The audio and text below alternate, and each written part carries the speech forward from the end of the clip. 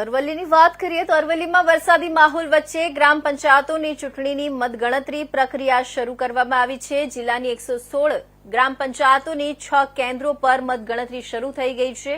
મોડાસાની 32 ગ્રામ પંચાયત મતગણતરી engineering college ખાતે શરૂ કરવામાં આવી છે।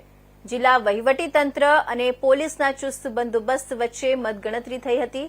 વરસાદી માહોલમાં પણ વાતાવરણમાં ગરમાવો હોવાનું ટેકેદારોનો મત છે, જ્યારે શાંતિપૂર્ણ વાતાવરણમાં મતગણતરીની પ્રક્રિયા શરૂ કરવામાં આવી છે।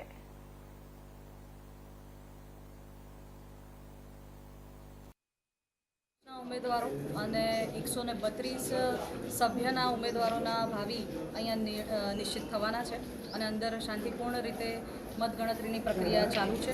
તમામ મતગણતરી સ્ટાફ, અમારા આરઓ, એઆરઓ તમામ શાંતિપૂર્વક રીતે આ પ્રક્રિયાને પૂર્ણ કરી રહ્યા છે।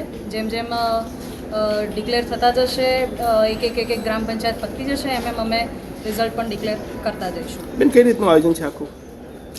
જી, અમારા જે પણ આરઓ છે, દરેક આરઓની પાસે એવરેજ 2 થી 3 ગ્રામ પંચાયતો છે, એટલે એ એક ગ્રામ પંચાયત સ્ટાર્ટ કરશે, એક પૂરી થશે એટલે બીજી લેશે। જે પૂરી થતી જશે એના નિર્ણય અમે જાહેર કરતા જઈએ। કેટલા વાગ્યા સુધીમાં પરિણામ જાહેર થઈ જશે શક્યતા? 12 કે 1 વાગ્યા સુધીમાં પરિણામ જાહેર કરી શકીએ એવી સંભાવના છે।